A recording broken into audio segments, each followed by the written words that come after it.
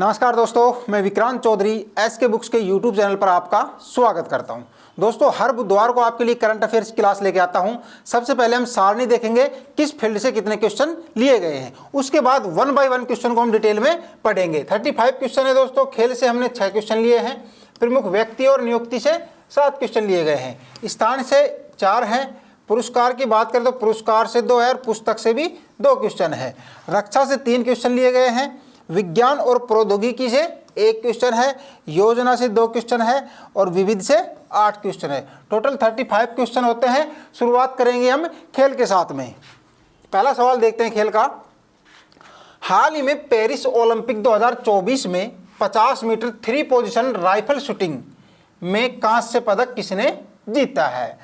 तो Paris Olympic चल रहा है जिसमें 50 मीटर 3 पोजीशन राइफल शूटिंग में जो कांस्य पदक जीता है वो किसने जीता है। ऑप्शन है आपके लिए अभिनव बिंद्रा, बी है गगन नारंग, सी है स्वप्निल कुसाले और डी है विजय कुमार। तो किसने जीता है? ऑप्शन सी, स्वप्निल कुसाले ने।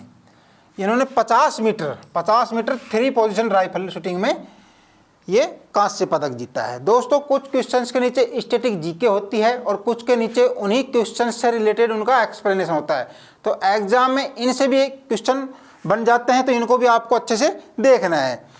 पहले बात करें स्वप्निल कुसाले की, तो उन्होंने पुरुषों की 50 मीटर 3 पोजीशन राइफल शूटिंग में कांस्य पदक जीता है।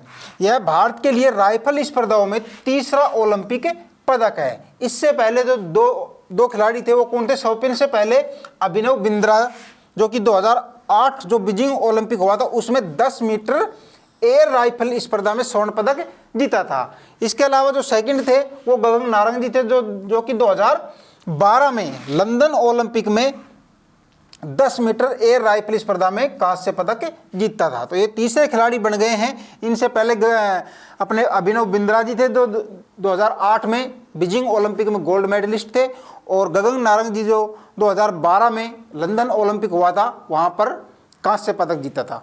तो स्वप्निल कुसाले जी हैं जो 50 मीटर 3 पोजीशन राइफल शूटिंग में कांस्य पदक जीता है। क्लियर। नेक्स्ट देखेंगे।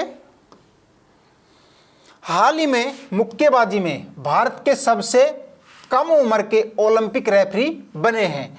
तो ऑप्शन है ए है उदित नारायण, बी है साधना सक्सेना, सी है कपिलन साई अशोक और डी है मनोज मित्तल। तो मुक्केबाजी में सबसे कम उम्र के जो ओलंपिक रेफरी बने हैं भारत के, वो कपिलन साई अशोक जी हैं। इनके बारे में थोड़ा जान लेते हैं कि भारतीय सेना के सेवारत अधिकारी lieutenant colonel Kapilan Sai Ashok Paris Olympic 2024 में भारत की ओर से मुक्केबाजी में सबसे कम उम्र के ओलंपिक रेफरी बने हैं। वर्तमान की बात की जाए तो ये भारतीय सेना में सेवा खेल नियंत्रण बोर्ड में संयुक्त सचिव के रूप में कार्यरत हैं। ठीक है, ये देख सकते हैं इनकी सेना की वर्दी में इनकी फोटो है, और ये जो पेरिस ओलंपिक में जो कोच और रेफरी बने हैं वो तस्वीर है। ठीक है, नेक्स्ट देखेंगे।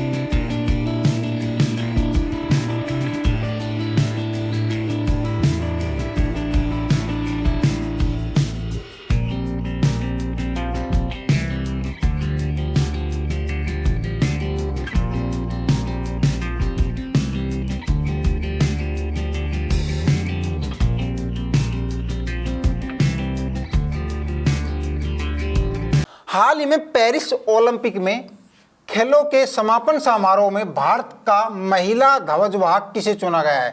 यानी कि समापन जब होगा 11 अगस्त को, तो उसमें समापन समारोह में जो भारत की महिला ध्वजवाहक का नाम घोषित किया गया है वो कौन है? मनु भाकर।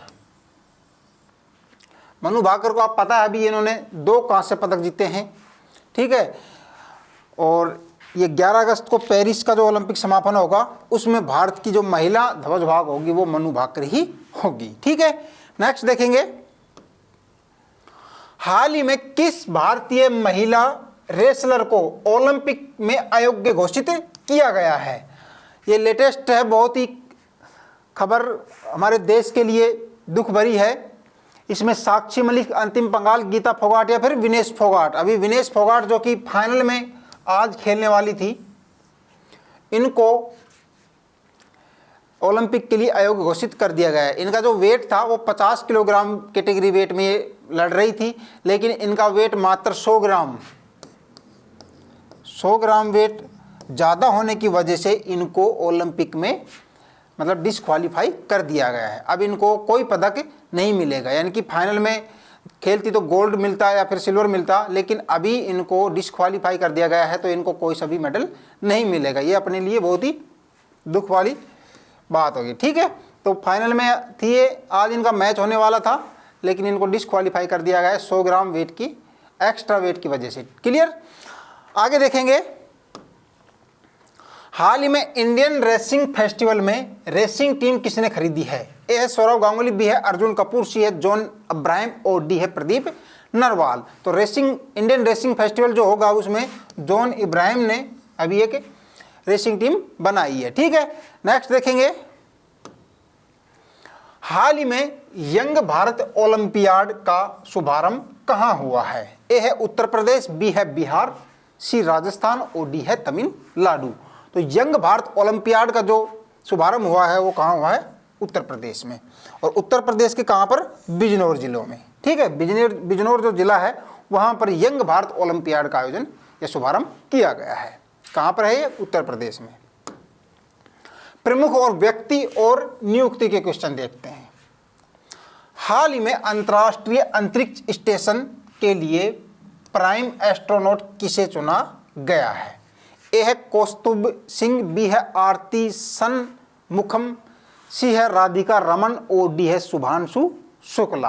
तो अंतर्राष्ट्रीय अंतरिक्ष स्टेशन के लिए जो प्राइम एस्ट्रोनॉट चुना गया है वो शुभांशु शुक्ला जी को चुना गया है, ठीक है। भारत ने इंडो यूएस स्पेस मिशन के लिए अपना प्राइम एस्ट्रोनॉट चुन लिया है। ग्रुप कैप्टन हैं ये, ग्रुप कैप्टन शुभांशु शुक्ला इस मिशन के मुख्य अंतरिक्ष यात्री होंगे।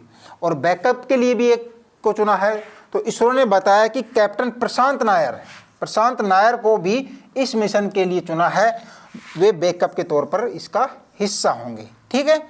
तो शुभांशु शुक्ला जी हैं जो कि कैप्टन हैं, उनको अंतर्राष्ट्रीय अंतरिक्ष स्टेशन के लिए प्राइम एस्ट्रोनॉट के रूप में चुना है। नेक्स्ट देखेंगे, हाल ही में सेना की चिकित्सा सेवा की पहली महिला डीजी महानिदेशक कौन बनी है? ए है मेघना अहलावत, बी है साधना सक्सेना, सी है आरती मिश्रा और डी है दिलीप अनुरागी। तो साधना सक्सेना जो कि सेना की चिकित्सा सेवा की पहली डीजी या महानिदेशक बनी है, ठीक है। इनसे पहले ये महानिदेशक अस्पताल सेवा सशस्त्र बल पैरामिलिट्री के पद पर संभालने वाली पहली महिला थी, ठीक है। पहले ये महानिदेशक थी अस्पताल सेवा में, और वो भी पहला पद संभालने वाली पहली महिला थी। और अब ये सेना की चिकित्सा सेवा में जो पहली डीजी बनी है वो भी पहली ही बनी है, ठीक है, साधना सक्सेना जी, देख सकते हैं आप। नेक्स्ट देखेंगे, हाल ही में IPEF के तहत आपूर्ति श्रृंखला परिषद का उपाध्यक्ष किसे नियुक्त किया गया है? ए है भारत, बी है जापान, सी है अमेरिका और डी है थाईलैंड। तो भारत को Indo Pacific economics framework of prosperity का उपाध्यक्ष बनाया गया है। बात की जाए, भारत को Indo Pacific economics framework for prosperity के तहत सप्लाई चेन काउंसिलिंग का उपाध्यक्ष चुना गया है। अध्यक्ष की बात करें हम तो अध्यक्ष कौन है? USA है।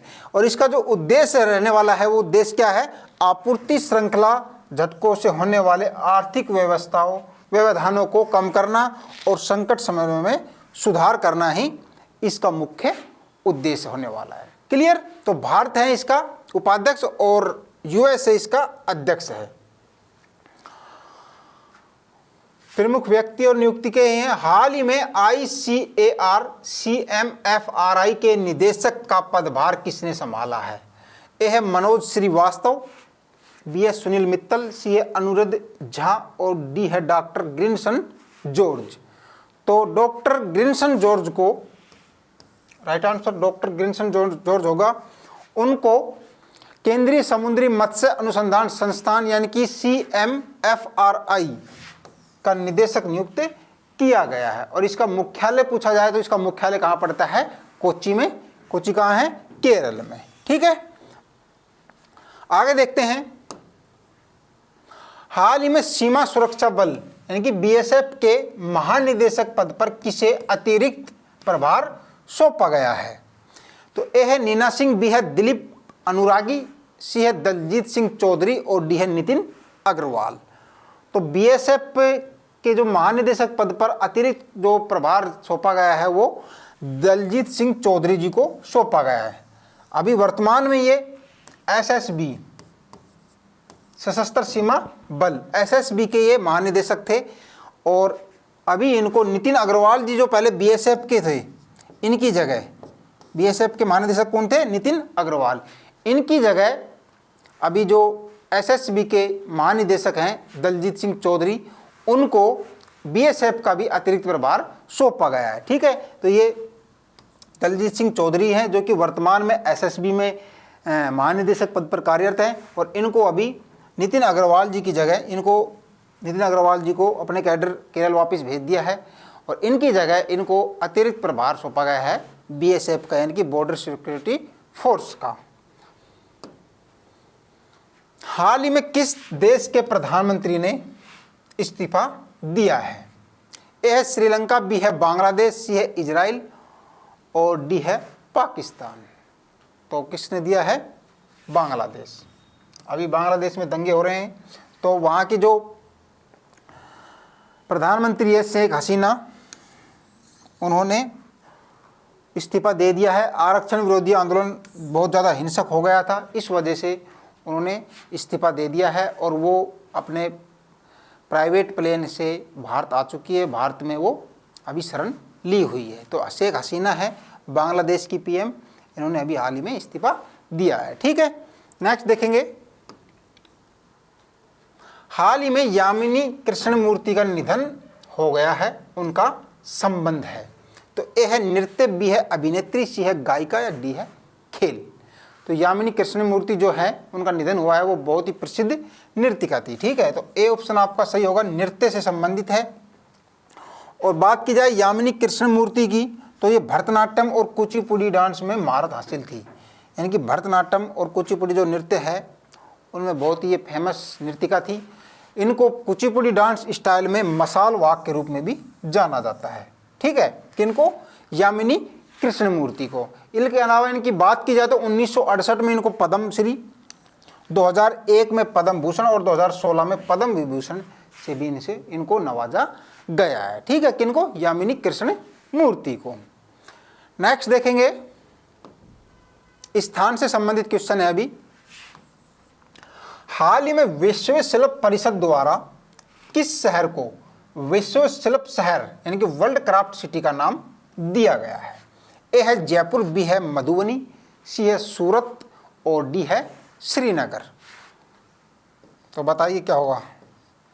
तो श्रीनगर जो शहर है उसको विश्व शिल्प शहर के नाम से इनको अभी घोषणा की गई है विश्व शिल्प परिषद द्वारा। ठीक है, विश्व शिल्प परिषद की विश्व शिल्प शहर सूची में शामिल होने वाला कश्मीर जो है वो चौथा भारतीय शहर बन गया है। ठीक है, इससे पहले 3 जो भारतीय शहर थे वो राजस्थान का जयपुर जो कि कैपिटल है राजस्थान की, और तमिलनाडु का मामल्लपुरम जिनको 2015 में, और कर्नाटक के जो मैसूर शहर है उसको 2018 में इस सूची में शामिल किया गया था। यानी कि कश्मीर जो श्रीनगर अभी है वो चौथा शहर बना है। ठीक है, इनसे पहले जयपुर, मामल्लपुरा और मैसूर को विश्व शिल्प परिषद द्वारा विश्व शिल्प शहर का दर्जा दिया गया था। ठीक है, आगे देखेंगे। हाल ही में चौथा अंतर्राष्ट्रीय हिंदी विज्ञान सम्मेलन 2024 कहाँ आयोजित किया गया है? तो ए है दिल्ली, बी है बेंगलुरु, सी है भोपाल और डी है जयपुर। तो चौथे नंबर का था राष्ट्रीय हिंदी विज्ञान सम्मेलन 2024 का, तो ये कहाँ किया गया था? भोपाल में। इसका उद्घाटन मुख्यमंत्री साहब डॉक्टर मोहन यादव जी द्वारा किया गया था और इस सम्मेलन का आयोजन हिंदी में वैज्ञानिक शोध को बढ़ावा देने के उद्देश्य से किया गया था। तो चौथे नंबर का था राष्ट्रीय हिंदी विज्ञान सम्मेलन, जो कि मध्य प्रदेश के भोपाल में इसका आयोजन किया गया था और इसका उद्घाटन डॉक्टर मोहन यादव जी द्वारा किया गया था। क्लियर? आगे बढ़ते हैं। हाल ही में केंद्रीय मंत्री गजेंद्र सिंह शेखावत ने कहाँ युग युगीन भारत संग्रहालय का उद्घाटन किया है? ए है जयपुर, बी है नई दिल्ली, सी है कश्मीर और डी है आगरा। तो केंद्रीय मंत्री है गजेंद्र सिंह शेखावत जी, जल संसाधन मंत्री भी हैं ये। तो इनके द्वारा अभी नई दिल्ली में युग युगीन संग्रहालय का उद्घाटन किया गया है। और इसका उद्देश्य की बात की जाए, इस संग्रहालय की उद्देश्य की, तो राज्य सरकार से उनके पास मौजूद ऐतिहासिक और सांस्कृतिक कलाकृतियों के बारे में जानकारी प्राप्त करना है, जिन्हें आगामी संग्रहालय में प्रदर्शित किया जा सकता है। तो नई दिल्ली में युग युगीन भारत संग्रहालय का उद्घाटन किया गया है। ठीक है, आगे देखेंगे। हाल ही में प्रथम बिम्स्टेक व्यापार शिखर सम्मेलन कहाँ आयोजन किया गया है? तो प्रथम बिम्स्टेक व्यापार शिखर सम्मेलन का आयोजन कहाँ किया गया है? ऑप्शन है नई दिल्ली, कोलंबो, ढाका या फिर थिम्पू। तो प्रथम था ये बिम्स्टेक व्यापार शिखर सम्मेलन, जो कि नई दिल्ली में इसका आयोजन किया गया है। इसकी स्थापना की बात की जाए बिम्स्टेक की, तो 1997 में इसकी स्थापना हुई थी। इसके मुख्यालय की बात की जाए तो ढाका, जो कि बांग्लादेश में है, अभी वहाँ हालात बहुत ख़राब हैं, तो वहाँ पर इसका मुख्यालय है। और महासचिव की बात की जाए, वर्तमान में इसके महासचिव इंद्रमणि पांडे हैं, जो कि भारत के हैं। ठीक है, और इसमें कितने सदस्य देश हैं? 7। बांग्लादेश, भारत, भूटान, नेपाल, श्रीलंका, म्यांमार और थाईलैंड, यानी कि 2, 2, 4, 7 देश हैं बिम्स्टेक में। इसका मुख्यालय ढाका बांग्लादेश में, स्थापना 1997 में, और महासचिव इंद्रमणि पांडे जी हैं, जो कि भारत के हैं। ठीक है, आगे बढ़ते हैं। पुरस्कार से संबंधित क्वेश्चन देखेंगे। हाल ही में किसने वी वेंकैया एपिग्राफी पुरस्कार 2024 जीता है? ए है नीरज चोपड़ा, बी है दिलीप दोसांझ, सी है मनु भाकर और डी है वी वेदा चल्लम जी।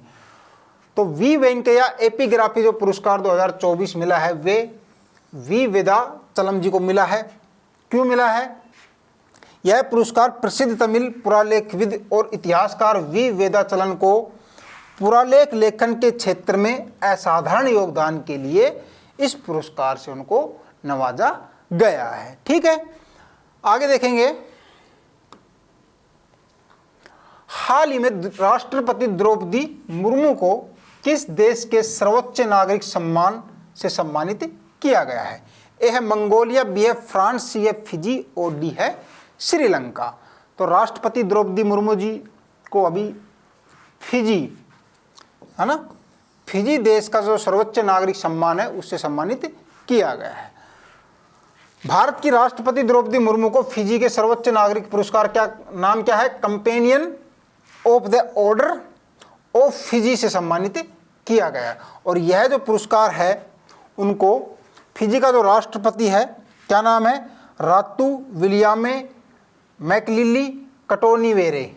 ठीक है, बहुत अच्छा नाम है। इनके द्वारा यह पुरस्कार दिया गया है। ठीक है, जो कि फिजी देश का सर्वोच्च नागरिक पुरस्कार है। ठीक है, आगे देखेंगे। पुस्तक से संबंधित क्वेश्चन है अभी। हाल ही में प्रधानमंत्री मोदी ने किसके द्वारा एशियाई शेरों पर लिखी पुस्तक का विमोचन किया है? ए है शेखर कपूर, बी है उर्मिला दीक्षित, सी है परिमल नाथवानी और डी ऑप्शन है आपका उत्तम दुबे। तो नरेंद्र मोदी जी द्वारा अभी एशियाई शेरों पर लिखी पुस्तक का विमोचन किया गया है। वो पुस्तक के लेखक कौन है? परिमल नाथवानी। तो राज्यसभा सांसद हैं ये परिमल नाथवानी जी। इन्होंने प्रधानमंत्री नरेंद्र मोदी को अपनी नई पुस्तक गिर और एशियाई शेरों पर लिखित, क्या नाम है, कॉल ऑफ द गिर की पहली प्रति भेंट की है। तो कॉल ऑफ द गिर पुस्तक के लेखक कौन है, परिमल नाथवानी जी। क्लियर। और ये अभी सांसद है परिमल नाथवानी राज्यसभा में। क्लियर। आगे देखेंगे, एक और पुस्तक है, क्वेश्चन है, हाल ही में के.वी. सुब्रमण्यम द्वारा लिखित पुस्तक Bharat @100 envisioning tomorrow's economics power house पुस्तक का विमोचन किसने किया है? अमित शाह, अश्विनी कुमार, पीयूष गोयल या फिर एस जयशंकर जी। तो Bharat @envisioning tomorrow's economics power house पुस्तक का जो विमोचन किया है वो पीयूष गोयल जी ने किया है। और इस पुस्तक के जो बारे में है, इस पुस्तक के लेखक कौन है, के.वी. सुब्रमण्यम इस पुस्तक के लेखक है। दोस्तों एक ही क्वेश्चन से काफ़ी क्वेश्चन बन जाते हैं, ठीक है। तो इस पुस्तक का लेखक भी पूछ सकता है, इस पुस्तक के लेखक कौन है, या फिर इसका जो विमोचन किया गया था वो किनके द्वारा किया गया था, और इस पुस्तक में क्या है वो देख लेते हैं। केंद्रीय वाणिज्य एवं उद्योग मंत्री पीयूष गोयल ने इस पुस्तक का विमोचन किया है। इस पुस्तक में 2047 तक भारत की आर्थिक प्रगति का खाका पेश किया गया है, ठीक है। तो इस पुस्तक में ये डिटेल दे रखी है। आगे देखेंगे, रक्षा से संबंधित क्वेश्चन है, हाल ही में भारतीय वायुसेना ने किस सार्वजनिक उपक्रम को 200 एस्ट्रा मार्क 1 मिसाइलों के उत्पादन की मंजूरी दी है? ए है रक्षा अनुसंधान एवं विकास संगठन, बी है भारत डायनेमिक्स लिमिटेड, सी है सिक्का इंटरप्लांट सिस्टम्स लिमिटेड, और डी है हिंदुस्तान एरोनॉटिकल्स लिमिटेड। तो एस्ट्रा मार्क 1 मिसाइलों का जो उत्पादन कर रहा है वो भारत डायनेमिक्स लिमिटेड द्वारा किया जा रहा है। क्या है ये? यह मिसाइल हवा से हवा में मार करने वाली है, ठीक है। कौन सी? एस्ट्रा मार्क 1, जिसकी मारक क्षमता क्या है, 80 से 110 किलोमीटर। जो सुखोई 30 MI के LCA तेजस और भारतीय सेना का जो MiG-29 है, लड़ाकू विमान है, उनके द्वारा इस मिसाइल को डायरेक्ट दागा जा सकता है, यानी कि हवा से हवा में मार करने वाली ये मिसाइल है। कौन सी? एस्ट्रा मार्क 1, जिसका निर्माण भारत डायनेमिक्स लिमिटेड द्वारा किया जा रहा है, ठीक है। आगे देखते हैं, हाल ही में भारत कहां पहले बहुराष्ट्रीय वायुसेना अभ्यास तरंग शक्ति 2024 प्रारंभ किया जा रहा है? तो ए है राजस्थान, बी है तमिलनाडु, सी है केरल, और डी है ओडिशा। तो पहला बहुराष्ट्रीय जो वायुसेना तरंग शक्ति अभ्यास है उसका आयोजन तमिलनाडु में, ठीक है। भारत का सबसे बड़ा अंतर्राष्ट्रीय हवाई अभ्यास तरंग शक्ति 2 चरणों में होगा। पहला चरण जो है वो 6 से 14 अगस्त तक, जो कि तमिलनाडु के सुलूर में होगा, जबकि दूसरे चरण की बात की जाए वो 1 से 14 सितंबर तक राजस्थान के जोधपुर में आयोजित होगा, ठीक है। तो पहला 6 से 14 अगस्त 2024 तक तमिलनाडु के सुलूर में। तो ये जो पहला पूछा गया है ये तमिलनाडु के सुलूर में आयोजित किया जाएगा 6 से 14 अगस्त तक, यानी कि अभी चल रहा है। और दूसरे चरण की बात की जाए तो ये राजस्थान के जोधपुर में 1 सितंबर से 14 सितंबर तक आयोजित किया जाएगा। क्लियर। आगे देखेंगे, हाल ही में रूसी नौसेना के जहाज सुब्राजिटेलिन के साथ समुद्री साझेदारी अभ्यास यानी कि MPX में भारत का कौन सा जहाज भाग ले रहा है? ठीक है, लिया है। तो ए है INS सुनयनन, बी है INS विराट, सी है INS साल्की, और डी है INS तबर। तो रूसी नौसेना का जो जहाज है सुब्राजिटेलिनी, उसके साथ जो भारत का समुद्री जहाज है वो INS तबर भाग ले रहा है। कैप्टन MR हरीश की अगुवाई में, इनकी कैप्टन कौन है, इसके कमान किसने संभाली है? कैप्टन MR हरीश जी। ये देख सकते हैं आप, कैप्टन MR हरीश जी, इनकी कमान में भारतीय नौसेना जहाज INS तबर ने 280 अधिकारियों और नाविकों के दल के साथ रूसी नौसेना जहाज सुब्राजिटेलिनी के साथ एक समुद्री साझेदारी अभ्यास संचालित किया गया है। ठीक है, तो INS तबर है जो भारत की तरफ से इसमें पार्टिसिपेट किया है। विज्ञान और प्रौद्योगिकी के क्वेश्चन देखेंगे अभी। हाल ही में WHO ने वैश्विक पारंपरिक चिकित्सा केंद्र हेतु किसके साथ समझौता किया है? मालदीव, भारत, श्रीलंका या कनाडा? तो भारत के साथ WHO ने वैश्विक पारंपरिक चिकित्सा केंद्र हेतु एक समझौते पर हस्ताक्षर हुआ है। क्या है ये? भारत सरकार के आयुष मंत्रालय और विश्व स्वास्थ्य संगठन के बीच WHO के मुख्यालय जेनेवा में एक हस्ताक्षर समारोह में एक दाता समझौते पर हस्ताक्षर किए गए हैं। तो WHO का मुख्यालय कहाँ है?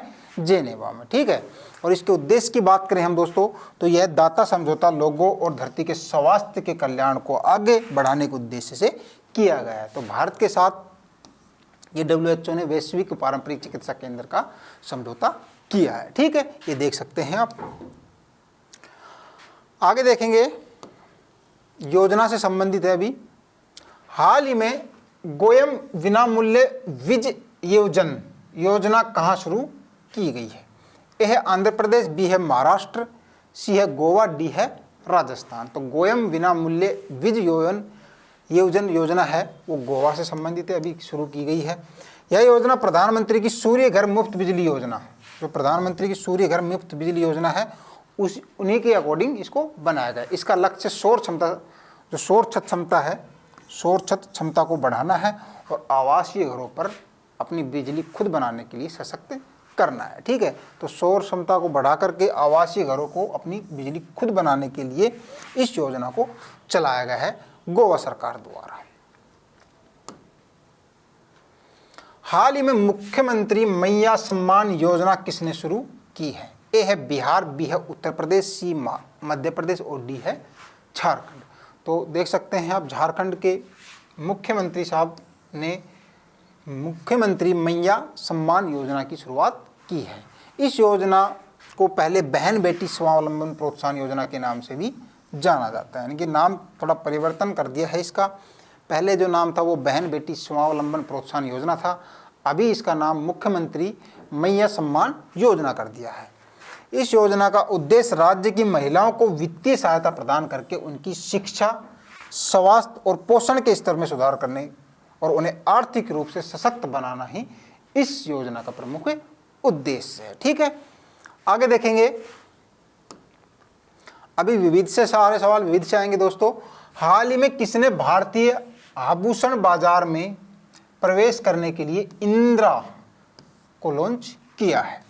ए है रिलायंस ग्रुप, बी है टाटा ग्रुप, सी है अडानी ग्रुप और डी है विप्रो। बताइए।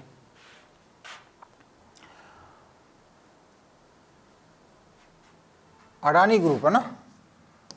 अडानी ग्रुप द्वारा अभी भारतीय आभूषण यानी कि जो ज्वेलरी बनेगी उसके लिए एक नई कंपनी उन्होंने लॉन्च कर दी है, उसका नाम क्या रहने वाला है? इंदिरा। क्लियर? आगे देखेंगे। हाल ही में किसने पूर्व सैनिकों के लिए ई सेहत टेली कंसल्टेंसी सुविधा शुरू की है? केंद्रीय सुरक्षा बल, भारतीय नौसेना, भारतीय सेना या फिर असम राइफल? तो भारतीय सेना के लिए ये ई सेहत टेली कंसल्टेंसी सुविधा शुरू की है। क्या है इसमें? ये भारतीय सेना ने भूतपूर्व सैनिक अंशदायी स्वास्थ्य योजना ECHS के तहत इलेक्ट्रॉनिक सेवा, ई स्वास्थ्य सहायता और टेली परामर्श मॉड्यूल शुरू किया है। ई सेहत टेली परामर्श ECHS लाभार्थियों को अपने घरों से ही चिकित्सा उपचार के लिए ऑनलाइन टेली परामर्श प्राप्त होने में सक्षम होंगे, यानी कि डायरेक्ट इस ऐप के माध्यम से जो भारतीय सेना के जो भूतपूर्व सैनिक हैं उनको डायरेक्ट उनके जो शारीरिक जो उनको प्रॉब्लम होगी, बीमारी होगी, उनकी डायरेक्ट यानी कि डॉक्टर से उनकी डायरेक्ट इस ऐप के माध्यम से ऑनलाइन उसका परामर्श कर सकते हैं और उसके उपचार के लिए मेडिसिन ले सकते हैं। ठीक है, तो नेक्स्ट देखेंगे। हाल ही में किस केंद्रीय मंत्री ने राष्ट्रीय शिक्षुता और प्रशिक्षण योजना 2.0 पोर्टल लॉन्च किया है? ए है अमित शाह, बी है राजनाथ सिंह, सी है धर्मेंद्र प्रधान और डी है पीयूष गोयल। तो धर्मेंद्र प्रधान जी द्वारा शिक्षुता और प्रशिक्षण योजना 2.0 पोर्टल अभी लॉन्च किया गया है। ठीक है, नेक्स्ट देखते हैं, हाल ही में भारत ने किस देश को 2 बंदरगाह के उपयोग की मंजूरी दी है? ए है सिंगापुर, बी है वियतनाम, सी है मालदीव और डी है जापान। अभी भारत ने मालदीव को 2 बंदरगाह जो हैं भारत के वो यूज करने की परमिशन दी है। यानी कि केंद्र सरकार ने मालदीव को 2 अतिरिक्त बंदरगाह देने की घोषणा की है। पहला कौन सा है? अब मालदीव गुड्स एक्सपोर्ट के लिए कांडला सागर, ठीक है, और विशाखापट्टनम, इन दोनों बंदरगाह का वो इस्तेमाल कर सकता है। ठीक है, तो मालदीव देश को अभी परमिशन दे दी गई है। नेक्स्ट देखेंगे, हाल ही में किन खेलों के आयोजन के अवसर पर 4 स्मारक डाक टिकटों का सेट जारी किया गया है? ए है कॉमनवेल्थ गेम, बी है फीफा वर्ल्ड कप, सी है T20 क्रिकेट वर्ल्ड कप और डी है पेरिस ओलंपिक 2024। तो पेरिस ओलंपिक 2024 के लिए 4 स्मारक डाक टिकट का अभी सेट जारी किया गया है। किसने किया है? केंद्रीय संचार मंत्री ज्योतिराव सिंधिया और युवा कार्यक्रम और खेल मंत्री डॉक्टर मनसुख मंडाविया ने पेरिस में चल रहे 33वें, कौन सा ओलंपिक चल रहा है? 33वें ओलंपिक खेलों का जश्न मनाने के लिए 4 स्मारक डाक टिकटों का सेट एक जारी किया है। ठीक है, ये आप देख सकते हैं। आगे देखेंगे, हाल ही में आपदा जोखिम के लिए SBI जनरल इंश्योरेंस से समझौता करने वाला देश का पहला राज्य कौन सा है? ए है सिक्किम, बी है मिजोरम, सी है त्रिपुरा और डी है नागालैंड। तो SBI जनरल इंश्योरेंस से समझौता करने वाला जो भारत का पहला देश बना है वो नागालैंड है। आपदा जोखिम का इंश्योरेंस करवा रहे हैं। ठीक है, तो नागालैंड होगा इसमें आपका भारत का पहला राज्य। आगे देखेंगे, हाल ही में ई साक्ष्य, न्याय सेतु, न्याय श्रुति और ई समन ऐप को किसने लॉन्च किया है? Doctor S Jaishankar, doctor Rajnath Singh ji, C है अमित शाह और डी है शिवराज सिंह चौहान। तो अमित शाह जी द्वारा चंडीगढ़ में 3 जो नए आपराधिक कानून के लिए, जो भी नए कानून बने हैं 3, उनके आपराधिक कानून के लिए ई साक्ष्य, न्याय सेतु, न्याय श्रुति और ई समन ऐप का लोकार्पण किया है। ठीक है, अमित शाह जी द्वारा, ये देख सकते हैं आप। आगे देखेंगे, अंतिम सवाल है आज का, हाल ही में किस राज्य सरकार ने सभी फसलों की MSP पर खरीद की घोषणा की है? यानी जो न्यूनतम समर्थन मूल्य है उसकी घोषणा कर दी, सारी फसलों को खरीदने की घोषणा की है। तो किसने की है? हरियाणा के मुख्यमंत्री कौन है? नायब सिंह सैनी जी। उनके द्वारा यह घोषणा की गई है कि जो फसलें हैं किसानों की, वो फसलें न्यूनतम समर्थन मूल्य यानी कि MSP पर वो खरीदेंगे, यानी कि सरकार उनकी फसलों को MSP पर खरीदेगी। ठीक है, और ये पहला राज्य बन गया है। धन्यवाद दोस्तों, कैसी लगी आपको आज की क्लास कमेंट करके बताएं। वीडियो को लाइक करें, चैनल को सब्सक्राइब करें, अपने दोस्तों के साथ शेयर करें। मिलेंगे अगले बुधवार को। जय हिंद।